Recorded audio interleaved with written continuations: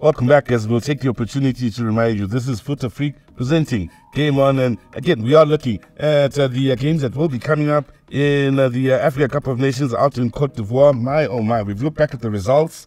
Time to look at what's coming ahead of us. Now, Cameroon. Yeah. One of the most successful nations on the continent when it comes to Afcons. And your favorite? Giving us Arthur Miller, Eto, Rigobert Song, so many other players. Boma. There's so many over the years. You still remember when we met with very good guys? Sweet guy. Nice. It made me love Cameroon even more. Yeah. Up against Guinea. A gentleman. Now, guys, these guys have met Guinea, Cameroon twice on Afcons. Yeah. Never been a winner. 2-2, 1-1. And the total history, they met 19 times. Cameroon has won 7 times. Guinea won 5 times. And they have seven draws, and the 7 draws, 2 of them was an African Cup of Nations. There you go. And this is a massive game. Yep. It is a massive game when you look at it in what it meant for the group. So you look at it, you say Guinea and Cameroon, both of them should go through. Are they going to based on this game? Yeah. It become a tough one. Very tough game indeed, waiting for us. Yeah. Now, let's talk upsets. I mean, for Guinea looking for the upset, all they have to do is get inspired by what's happened already over the last couple of days. And boss. And look, score that first goal, park the bus, do whatever you need to do. But they could even outplay Cameroon if it's their day tomorrow. They could have that belief. Look, we're not afraid of these guys. History tells us we shouldn't be afraid of these guys. They've only got 2 wins over us in the stats book. Do you believe Guinea can? And we'll walk into the game thinking, look, we're taking it to these guys. Certainly, I believe Guinea can. I mean, you've seen what has happened in the Nations Cup so far. Like, if you go to any game overconfident, you will get exposed. And for me, I'm going to be controversial here, and I believe Guinea can beat Cameroon. Enough talent? Listen, when you look at it, last time they had to play against Senegal. Yeah. And they managed to have a draw against Senegal that put them in the knockout stage last time. So they were in the same group as Senegal, and they managed to get through. So they won't be scared to be the same group as Cameroon. And if you look at the way Senegal played last Afcon, actually starting from 2021, when Senegal played, reaching the final, did not win it, but they reached the final. Being in the same group as them, you will be intimidated. Yes. But they were not intimidated. They managed to get out of that group. So they are playing against a Senegal which they were unfortunate for them not to play the final in last Afcon at home. They were as good as we can say. Top goal scorer coming from them. But in this game now, they found themselves, they have to find a new striker, Franck Magritte of Toulouse, who will be the main striker in this team. He's new. His first time he's playing in Afcon in this position as the main man. And will he face a team coming from Conakry with courage? We don't know. Me, I'm looking at the team. The proximity of Cameroon and Cote d'Ivoire compared to Guinea. I am saying you're going to have a lot of home fans. Yes. This game is going to be as packed as if Cote d'Ivoire is playing. Yes. And Cameroon is getting a boost, because I'm just getting the news coming through that Onana has arrived. Please break down the story. Finally landed arrived in Yamoussoukro. Yeah. Onana played for Man United. They kept him there against Man United for him to keep a clean sheet. Unfortunately, he gifted Tottenham a goal. Unfortunately, he didn't understand the assignment. For a simple reason. You are thinking of a national team. Probably before the game, you receive a lot of phone calls. Guys are saying, "Hey, good luck in that game, but we're waiting to see you here." Oh, I am your roommate, and the bed is alone. You are not here. Your spirit is already there. Your spirit is already in Cote d'Ivoire. Yeah. And now, after the game, he gets in the jet, private jet, beautifully done. I mean, he's a superstar. We can say anything. Getting Yamoussoukro could not land. So, Yamoussoukro is where Cameroon is supposed to be playing this game. So the plan is to go back to Abidjan. So many people they do confuse this. Abidjan is not the capital of Cote d'Ivoire. It's like Joburg, yeah? It's like Johannesburg. It is an economical capital. The main capital is Yamoussoukro. So he has to go back to Abidjan. So the question now is, Did they drive him from Yamoussoukro to... or they finally allowed the plane to land? But they're talking about the climate reasons or weather reasons, but listen, come on. They just want to make it difficult for him. I'm glad you guys mentioned Onana. I wanted to quickly just touch on this. We know it's an important part of the squad, yeah? Important part of the squad. We can't deny that. Yeah. This arrangement with United, do you believe it works for him? Do you believe it works for Cameroon? Yes, they have to agree to it, I guess, but does it work for you ahead of such a tournament when you consider acclimatizing and such? One, two-part question. The second part, how much does Onana need this tournament to just get his confidence up with the way the season has started in Manchester United? It is a dangerous thing you're playing. Looking for your confidence in Afcon. You got to get it somewhere, bro. My friend, His confidence may be here right get now. It in the League Cup when they're playing against a small team in England. It's true. Not really. Get in the Carling Cup. So how does this whole arrangement then put him on the back foot? Not Arriving late, just before game time? I believe he should be on the bench against Guinea. Yeah. Because Guinea is coming into this tournament with so much confidence. They beat Nigeria 2-0 in a friendly coming into the tournament. They'll be up for this game. Okay, I'll put a twist in that. As a player, Yeah? how will you feel Yeah? as a Cameroonian sitting in this heat Yeah. for the past 3 days, or 4, or 5, or a week, for your superstar to come in a private jet? Yes, I know all those players are millionaires, Yes. but how will you feel for one player to have a special treatment? I wouldn't be cool with it. Good. So how do you as a coach manage the situation? Put him on the bench. So if you are on the bench and the so-called second goalkeeper comes in and they get a clean sheet or just make one good save, will you bring him for the second game? They will. No. They will. If we're doing well. So If the second goalkeeper plays well. And here's the thing, in answering your question, there's a risk here, yeah, right? You don't play football him, is a risk. depending on whether Onana's a nice guy or not. Even if you drop him for this first game, he may already be upset, which could then change the dynamics The of how dynamic of the team. how your change room goes. Yes. Are you upset Onana? We don't know if half the team is going to be on his side. And- Because and- you and- agreed to allow him to arrive late. Secondly, then the other keeper does well in the first game, right? And you've got all the reason to play him again. Saves a penalty, man of the match. Let's say he gets the man of the match, the second place keeper. When you want to play him in the second game again, you're upsetting the change room, possibly, depending on how Onana feels. True. If he's a nice guy, he understands. But how many guys that competitive at that level are nice guys? That's true. You know what I mean? And another player I'm looking forward to seeing is Besiktas striker Vincent Abubakar in this Everybody's looking competition. forward to that's a card puller. Yes. I'm sure he's learned from taking off his shirt and It didn't after matter. scoring the It goal. didn't matter. They were out already. but he's an amazing striker. Amazing player. On Guinea's side, I know the coach Diawara has assembled a strong squad. He has strikers to go to like Mohamed Bayo. Also the Leipzig midfielder Moriba is another one I'm looking forward to seeing, and Werder Bremen's Naby Keita, brilliant player for me. It's just a pity that at Liverpool we couldn't really show what is made. Yes, I agree. But now this match against Cameroon, hopefully he plays and it could show the continent how amazing he is. Chris, we now need to move on. Algeria, Angola. They met once in an Afcon. We hope this doesn't happen. 0-0 scoreline the last time they met. No, we don't want a 0-0. Nobody wants a 0-0. This tournament doesn't need 0-0. They've set the standard already. Afcon, there is no 0-0. We need goals in Afcon. And so far, it looks like this Afcon might just smash all the records. I hope so. Of the goals, because the game in Senegal is not yet finished. Gambia already playing with 10 men because they've got a red card. And Senegal are leading by 3-0. Oh, there's another goal. So, and we still have 4 minutes to go. Listen. So does that take the goal tally to 12? No. I think it's more. It's a healthy goal tally. We'll work it out in a second. If you look at Angola, something that's happened in Angola is, once again, Angola is like Cape Verde. Yes. Angola is like Mozambique. Mm-hmm.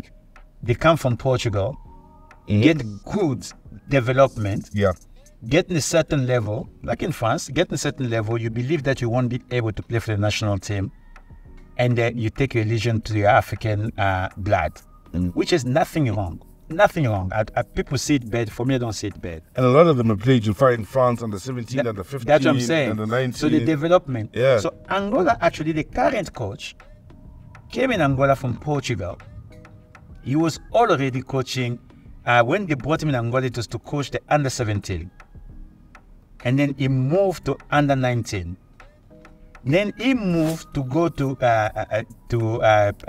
one of the clubs. The name just ran away from me. Coaching the under 18, and then they call him to the national team. They say, come and coach the national team. So his mentality already is basics. Do the basics. Control the ball, pass, support. Make a move, call the ball, go and support. Run back and control, protect your defense. That is the basics of football. When people talk about basics, people don't understand. The basics of football is that simple.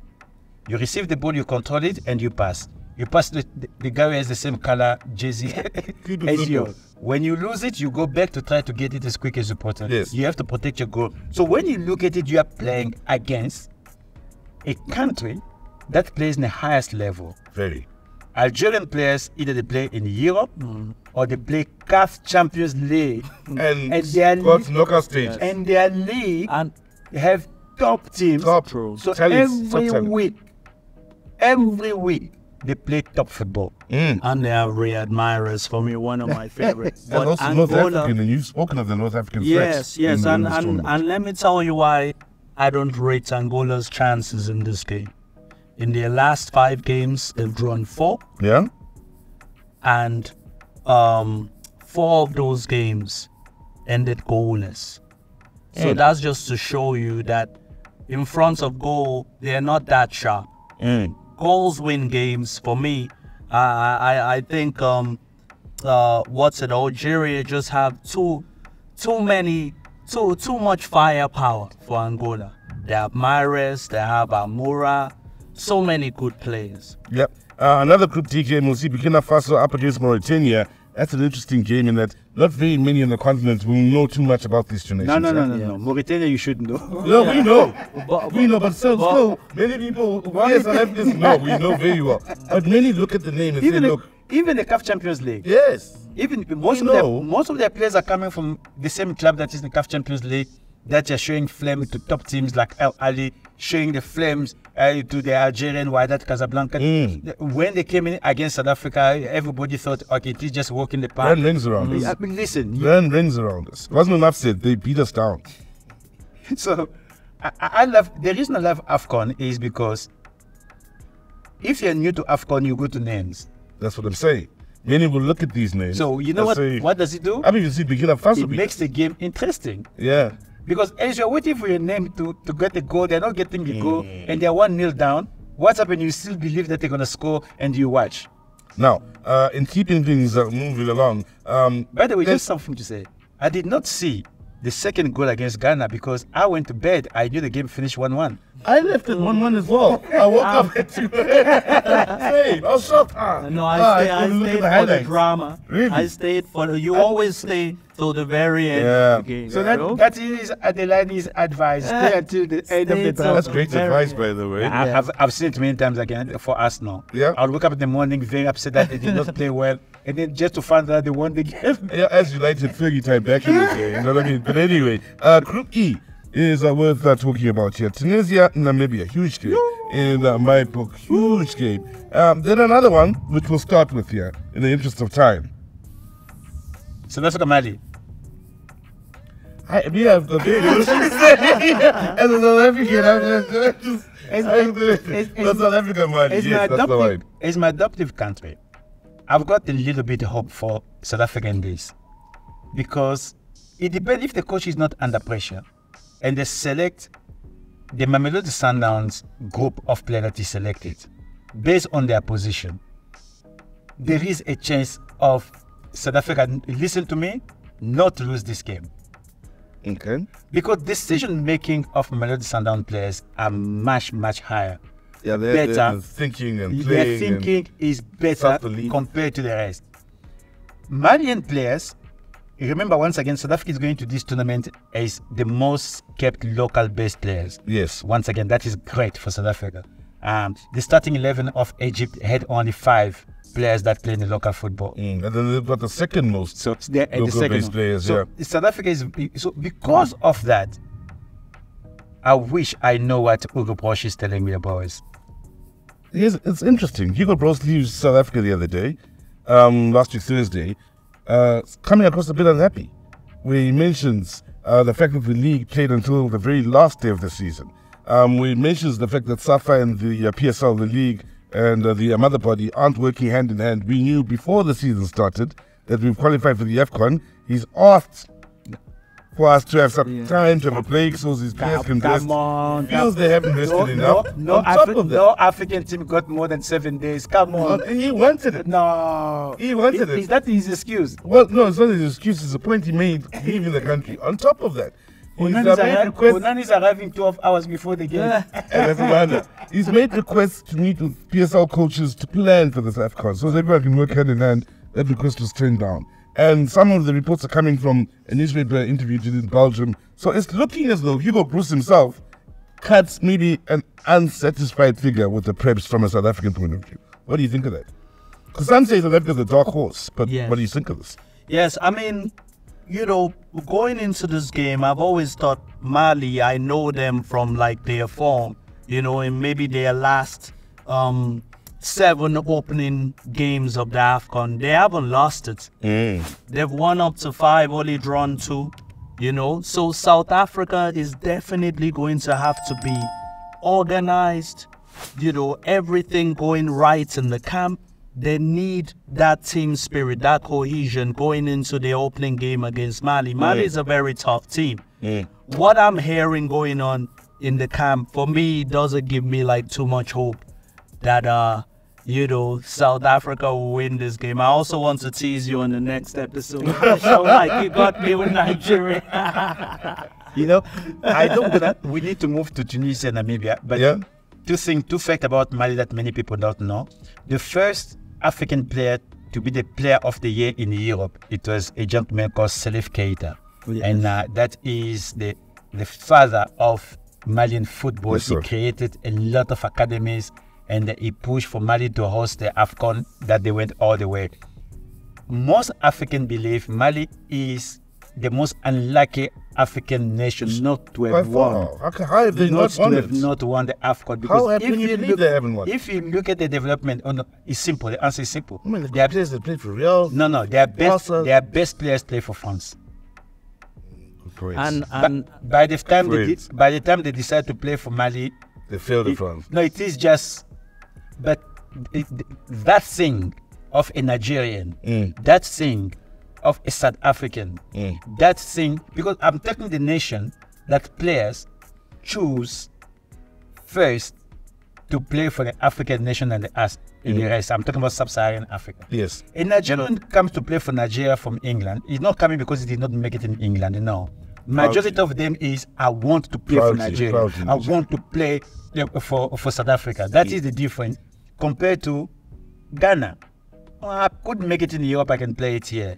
Senegal, I can do that as well. The same with Mali. So for me, that's why they are the most unfortunate nation not to win the Afcon. Gentlemen, quickly, I just wanted to ask you if you're worried about South Africa's goal scoring ability. Yes, because terribly so. In their last 9 Afcons, they haven't scored more than 1 goal. The last time they scored more than 1 goal is the group stages in 2013 against Morocco. Look, my friend, it goes down to club football. The biggest complaint in South African football at club level, when they talk about the league overall, your top goal scorer sometimes is a top goal scorer in December, right? The league starts in August, ends in May. So December, the guy will be top goal scorer. It's happened twice now. Katonga was one of them. And January transfer window opens, he leaves. So that doesn't play the second half of the season. Comes back at the end of the season from Germany or somewhere to pick up the top goal scorer of the world. But you see what I don't. So goal scoring is a problem in South Africa. What I don't like about your conversation, you're talking about top goal scorer, yet our very next game, South Africa, we are playing against a South African top goal scorer from Namibia.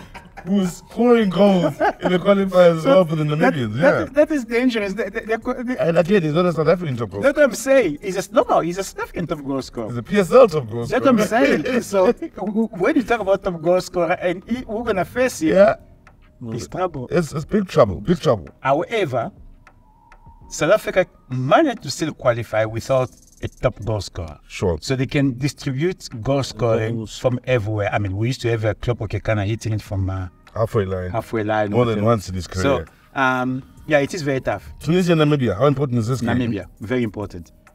Can we have an upset? Keep in mind, Tunisia, former champions, South Africa, former champions, Namibia, unknown factor for many. And that's the beauty outside of about South Africa. That's the beauty about it. That's the beauty about football. The beauty about this Namibian team is 11 of their players, selected players, they come from the same league. Number two, they are going there among the team that are going as a family. Yes. And that's what Zimbabwe always used to give us. So when you go to a tournament as homeboys, you already have 2 or 3 points with you, and then it's just an effort because you almost know everything about Sizwe. And they have the least pressure in the group, yeah? Yeah, the point. Least. Yeah, From it's home, least pressure. the least pressure. Least pressure, yeah. Because even the Namibian themselves, they're supporting South Africa. You know? So, fortunately, we've run out of time. We could stick around for another hour or two. But we have to remind you, the three of us will be together tomorrow evening, Chris. Can't wait for that. From 9 o'clock. The reason I say so is we're going to be having a watch-along right here on YouTube. We had it on the opening day. We'll have it tomorrow for this all-important game between South Africa and Mali. Dare I ask for your predictions for tomorrow? Yeah, you can. You want to give? I'm not big on predictions, but we can come back to it. Predict quickly. Namibia wins, South Africa draws. Mali beats South Africa. Mali beats South Africa. It's 3. Just to make Nigeria to feel good. Just to make something. just the TC's way live. Right, we see for the watch along. Yeah? We changed the studio. Yes. We had a lot of your complaining. We look too serious. We changed the studio. We're gonna come to your house. Yeah, we will. So, Ade, representing Nigeria. Chris is a bit unfair. He's got TRC on his side. He's also got South Africa on his side. He's got 2 teams or 2 nations. I am the only one. I just got Nigeria. You know? I'm Caesar. Of course, South Africa. So fingers crossed for me and mine tomorrow. This, again, is Fut-Afrique presenting J-Man. Join us tomorrow in the watch along and, well, join us as we keep telling the story of this current Africa Cup of Nations. Till then, click, bang.